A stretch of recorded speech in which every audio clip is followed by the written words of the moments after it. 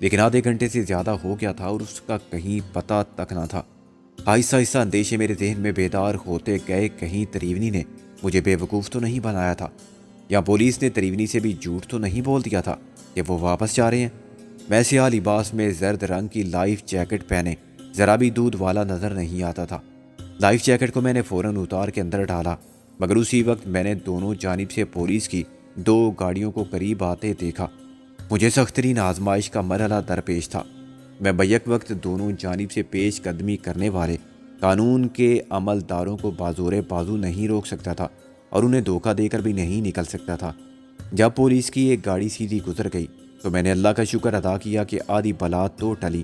دوسری گاڑی اسی طرح میرے سامنے آ رکی کہ اس نے میرا راستہ بلاک کر دیا۔ یہ جیپ اور ٹرک کے درمیانی سائز کی گاڑی تھی اور اس میں 2 پولیس مین تھے، جس میں سے ایک خود ڈرائیور تھا۔ ایک آفیسر تھا اور دوسرا اس کا ماتحت کم عمر اور پولیس مین نوارد لگتا تھا۔ جوانی کے جوش کے ساتھ اس میں نئی وردی کے ساتھ حاصل ہونے والے اختیارات کا بے پناہ جذبہ تھا۔ چنانچہ اس نے گاڑی روکتے ہی چلا کے کہا، خبردار، بھاگنے کی کوشش مت کرنا۔ اس کا حکم سننے سے پہلے میرا بھاگنے کا کوئی ارادہ نہ تھا، مگر یہ بات سن کر مجھے خیال آیا کہ میرے لیے سب سے محفوظ راستہ تو یہی ہے کہ میں بھاگ جاؤں۔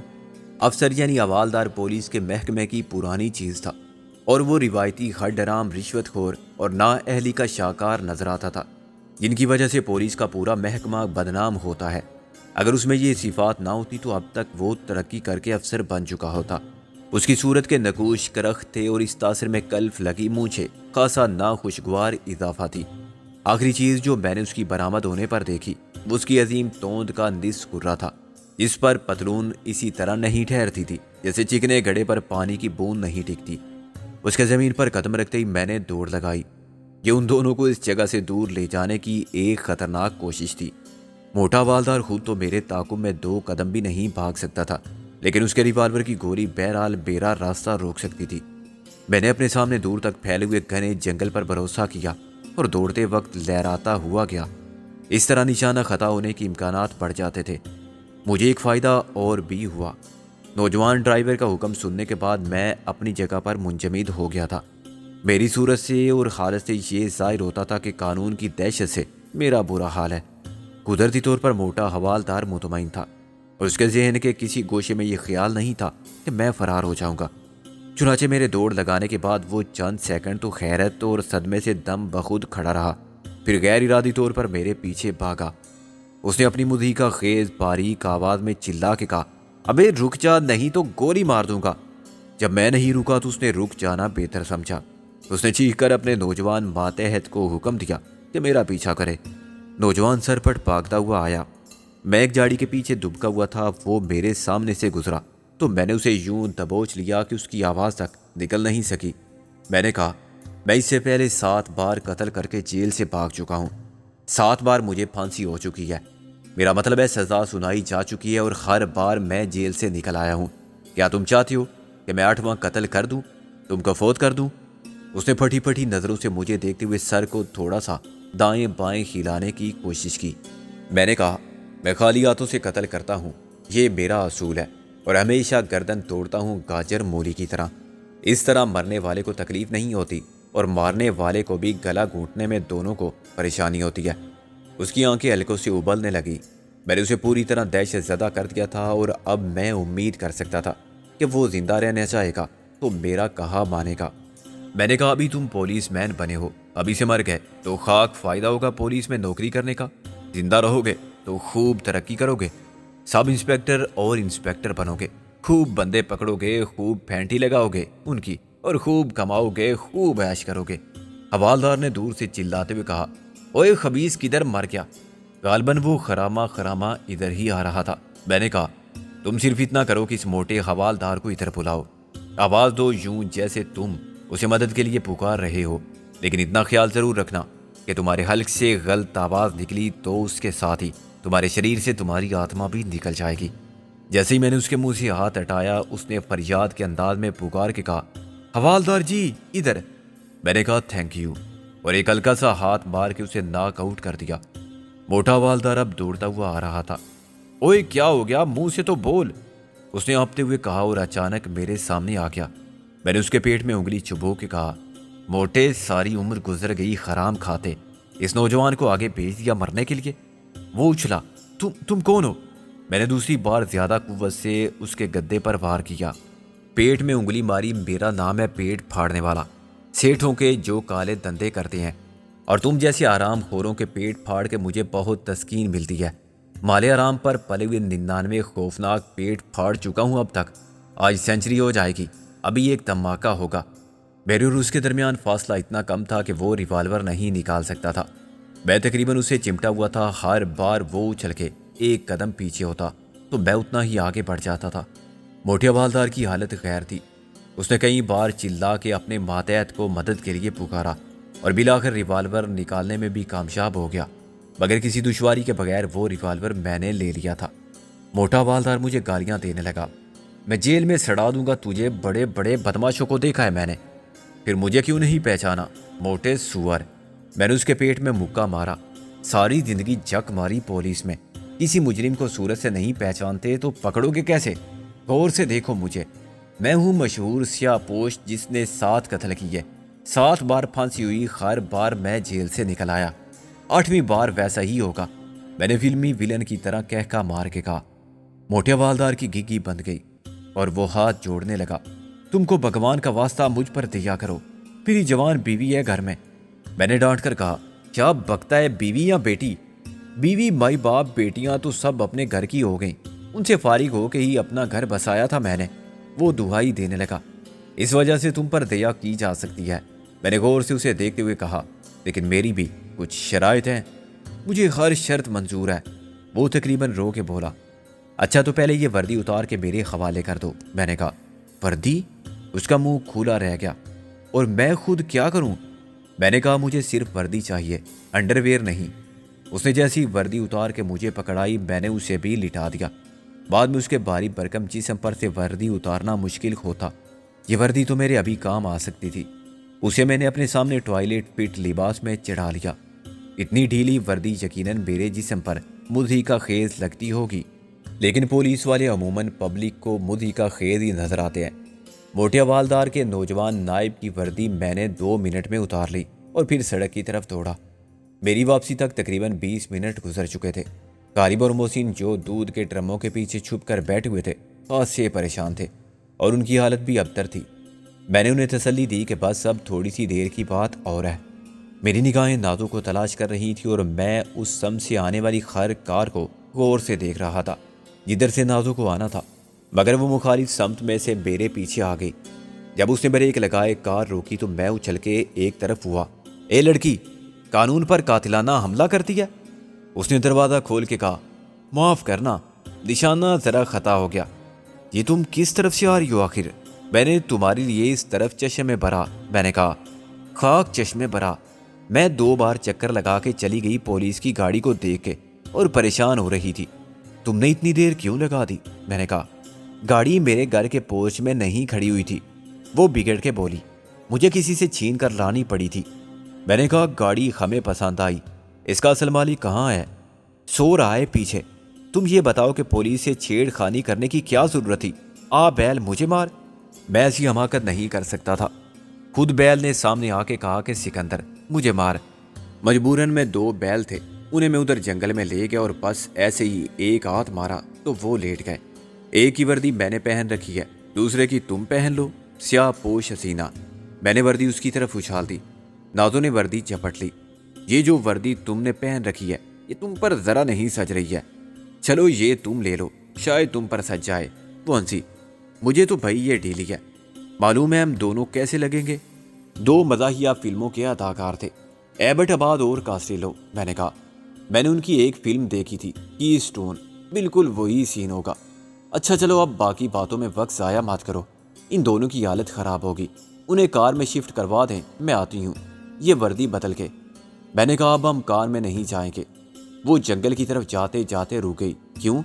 اس لیے کہ پولیس والے ایسی کاروں میں نہیں پھرتے، کار کی ضرورت نہیں تھی تو مجھے کیوں خواہ مخواہ ایک ایڈونچر کے لیے بھیج دیا تھا؟ اس نے بگڑ کے کہا، اس وقت مجھے معلوم نہیں تھا کہ پولیس ہمارے لیے خود گاڑی لے کر آ جائے گی۔ یہ کوئی عقل مندی کی بات نہیں ہوگی سکندر صاحب۔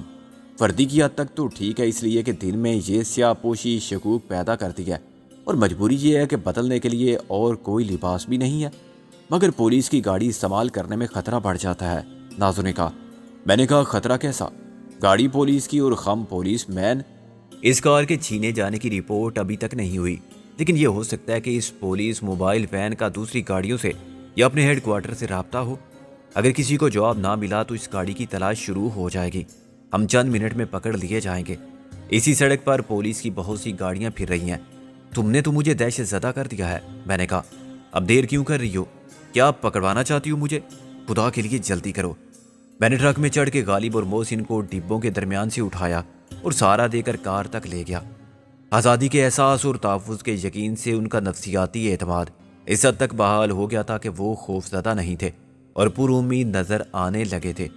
ان کے چہروں پر نکات تھکن کے باوجود مسکراہٹ تھی۔ یہ پولیس کی گاڑی یہاں کیوں کھڑی ہوئی ہے؟ محسن نے کہا۔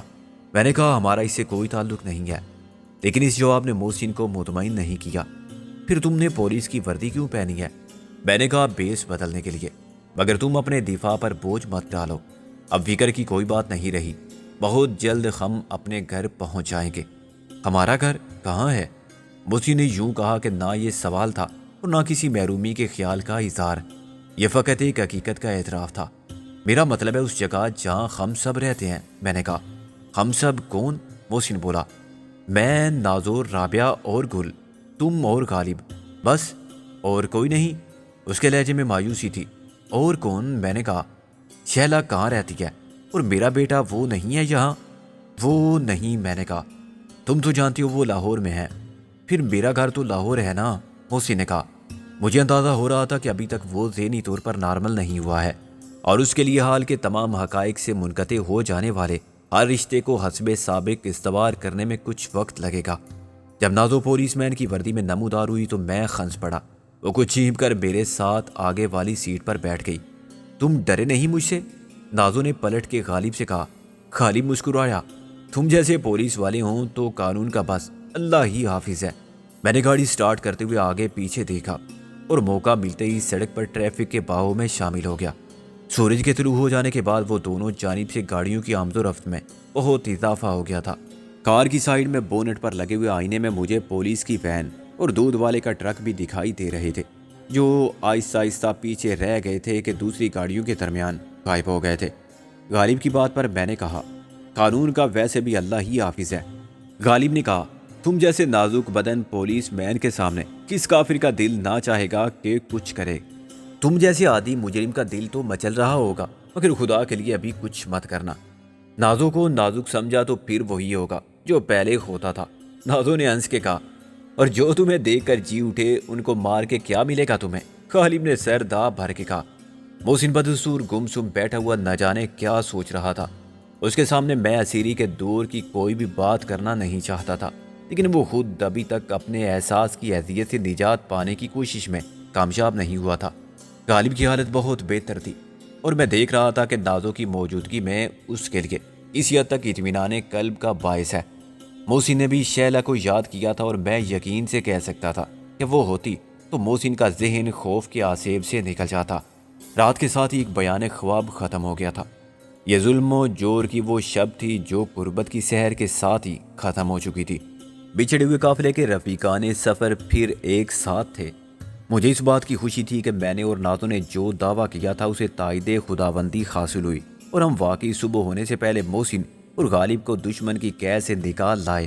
تریونی جیسے ایار، دلاور جیسے سفاک شکاری کا ہمارے خلاف متحد ہو جانا ہمارے خلاف تقدیر کی ایک خطرناک سازش ثابت ہونے لگی تھی۔ اس کے جال بہت مضبوط تھے اور انہوں نے بدماشی کے سارے وسائل ایک مشترک مقصد کے لیے استعمال کرتے ہوئے ہمارے راستے ہر طرف سے بند کر دیے تھے۔ ان کی شکار گاہ تک پہنچنا ہی بڑی بات تھی۔ ہم وہاں جا کے خود سلامتی کے ساتھ لوٹ آئے اور اپنے ساتھ انہیں بھی لے آئے جو ناقابل تسخیر حصاروں میں مقید تھے۔ نازو نے اچانک کہا کیا واپس اسی ہوٹل میں جانے کا ارادہ ہے؟ میں چونک پڑا۔ وہاں کیسے جا سکتے ہیں ہم؟ نازو نے کہا جا تو اسی راستے پر رہے ہیں آپ۔ میں نے کہا راستہ کہیں بھی بدل جاتا ہے بی بی، تم فی الحال یہ سوچو کہ اس فتح کی خبر گل اور رابعہ کو کیسے دی جائے۔ رابعہ اور گل ہیں کہاں؟ غالب نے کہا ہوٹل میں، وہ صبح سے سخت بے چین ہوگی۔ میں نے کہا وہ رات بھر بے چین رہی ہوں گی، انہیں نیند کہاں آئی ہوگی۔ نازو نے کہا۔ ایسا کرتے ہیں کہ خود جا کے انہیں لے آتے ہیں۔ اس حلیے میں نے کہا۔ نازو نے افسوس سے اپنی وردی کو دیکھا۔ یہ حلیہ بدلا بھی تو جا سکتا ہے۔ میں نے کہا ابھی دکاندار سو کے بھی نہیں اٹھے، لیکن ایک آسان طریقہ ہے۔ کل جو اتنی ڈھیروں شاپنگ کی تھی آپ نے، کیا وہ کپڑے کافی نہیں ہیں؟ رابعہ اور گل کو فون کر دیتے ہیں کہ جب وہ آئیں تو اپنے ساتھ لے آئیں۔ کہیں انہوں نے تم سے فون پر رابطہ قائم کرنے کی کوشش نہ کی ہو؟ نازو نے کہا۔ بڑی پریشانی میں مبتلا ہو سکتی ہیں وہ۔ نازو کا اندیشہ بے سبب نہیں تھا۔ ہم نے ہوٹل میں بہت گڑبڑ پھیلائی تھی، یہ ہو سکتا تھا کہ جو بھی مجھ سے رابطہ قائم کرے اسے میرا ساتھی تسلیم کر لیا جائے اور پولیس فون کال سے پتہ چلا لے کہ فون کس نے کہاں سے کیا تھا۔ مگر میرے لیے اس اندیشے کے خلاف امید کا سہارا بہت کبھی تھا۔ مجھے اس بات کا امکان بہت کم نظر آتا تھا کہ صبح ہونے تک ہوٹلوں کی انتظامیہ کو ہماری کارگزاری کا علم ہو جائے۔ بفرض محال ایسا ہوا تو ہوٹل والے فوراً پولیس کو اطلاع نہیں کریں گے۔ کسی بھی اچھے ہوٹل سے پولیس کو دور ہی رکھا جاتا ہے اور انتظامیہ تمام قانونی و غیر قانونی معاملات سے خود نمٹنے پر قادر ہوتی ہے۔ ناگزیر حالات میں واپس پولیس کو بلانے سے پہلے تمام عواقب کا جائزہ لیں گے، اور پولیس بھی جفا پیشہ محبوب سے بہرحال کم نہیں ہوتی کہ آتے آتے بھی نہ آنے کے ہزار بہانے تلاش کرتی ہے، اور ان کا آنا بھی قیامت کے آنے سے کم نہیں ہوتا۔ آنے کے بعد جب وہ ضابطے کی کارروائی شروع کرتے ہیں تو ستم انتظار قسمت کو رونا آتا ہے کہ مجھ پر احسان جو نہ کرتے تو یہ احسان ہوتا۔ اتنی تیزی تو ابھی ولایتی پولیس کی قصہ کہانیوں میں ملتی ہے کہ فون کال ختم ہونے سے پہلے کال کرنے والے کو جا پکڑتی ہے، اور مجرم فون پر 3 منٹ سے زیادہ لمبی بات نہیں کرتے۔ ایک PCO کا بورڈ دیکھتے ہی میں نے کار کی رفتار کم کی اور ٹیلی فون کے نشان والے کھمبے سے 40 قدم دور ہی روک لی۔ تم کو میں اپنا جانشین بناتا ہوں، میں نے نیچے اترتے ہوئے کہا۔ میرے جانے کے بعد خدا نخواستہ کوئی ایسی ویسی بات ہو جائے تو میری فکر مت کرنا، سب کو بگا لے جانا۔ ایسی ویسی کیا بات ہوگی اور کیوں ہوگی؟ نازو نے کہا۔ میں نے کہا بزرگوں نے آخر کیوں کہا ہے کہ مصیبت کبھی بتا کے نہیں آتی۔ نازو میری جگہ ڈرائیونگ سیٹ پر بیٹھ گئی۔ بزرگوں کا لحاظ کرتے ہوئے تمہاری بات مان لیتی ہوں، مگر یہ تو بتا جاؤ کہ ان دونوں کو بگا کے کہاں لے جاؤں، بلکہ تینوں کو؟ یہ تیسرا کون ہوگا؟ میں تو فون کرنے جا رہا ہوں۔ تیسرا کار کا مالک ہے جو ڈکی میں رکھا ہوا ہے۔ میں نے کہا تم کو سپنا ریسٹورنٹ یاد ہے؟ نازو نے سر ہلایا۔ چرچ گیٹ پر راستہ تو یاد نہیں، مگر میں راستہ پوچھ کے پہنچ سکتی ہوں۔ بس تو پھر وہیں پہنچ جانا اگر کوئی ایسی ویسی بات ہو، اور تم؟ ظاہر ہے میں وہاں آ جاؤں گا۔ ہم سب کو غیر متوقع صورتحال کے لیے بھی تیار رہنا ضروری چاہیے، میں نے کہا۔ اب رابعہ اور گل کی مثال لو۔ ایک اجنتا ہوٹل میں ہے تو دوسری ریویرا میں۔ ہم نے غلطی یہ کی تھی کہ ان کو کچھ بھی نہیں بتایا تھا۔ کیا نہیں بتایا تھا؟ یہی کہ اگر ہم صبح تک لوٹ کر نہ آئیں تو پھر انہیں کیا کرنا چاہیے۔ اچھا اب تم جاؤ، پہلے ہی بہت وقت ہو گیا ہے۔ میرا اور اپنا نہ صحیح ان دونوں کا ہی کچھ خیال کرو، نازو نے کہا۔ ٹیلی فون کال آفس تک جاتے ہوئے میں نے اپنی حالت پر غور کیا اور کنکیوں سے یہ دیکھنے کی کوشش بھی کرتا رہا کہ میری سویت قضائی سے لوگ کس حد تک محفوظ ہو رہے ہیں، مگر مجھے مایوسی ہوئی۔ کوئی میری طرف متوجہ ہی نہیں تھا۔ اپنی اپنی مصروفیات کے جنجال میں پھنسے ہوئے لوگ راہ چلتے ہوئے ساری دنیا سے بے نیاز تھے۔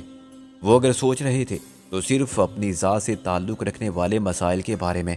ان کی آنکھیں کھلی ہوئی تھی تو صرف راستہ دیکھنے کے لیے اور یہ دیکھنے کے لیے کہ وہ صحیح سمت میں جائیں، کھلے گٹر میں نہ گریں اور پاگل کتے سے نہ ٹکرا جائیں۔ ان کے ذہن میں صرف یہ تھا کہ ان کو کہاں پہنچنا ہے، کس بس میں سوار ہونا ہے اور کس وقت کیا کرنا ہے۔ وہ کسی بھی دوسرے شخص کے چہرے یا اولیے کو نہیں دیکھ رہے تھے۔ میری پتلون اوپر سے بھی اتنی ہی ڈھیلی تھی جتنی نیچے سے۔ اوپر کے حصے کو میں نے بیلٹ ٹائٹ کر کے اپنی کمر کے مطابق کر لیا تھا، مگر اس طرح پتلون درمیان سے پھول کر کسی جوکر کے لباس کی طرح ہو گئی تھی۔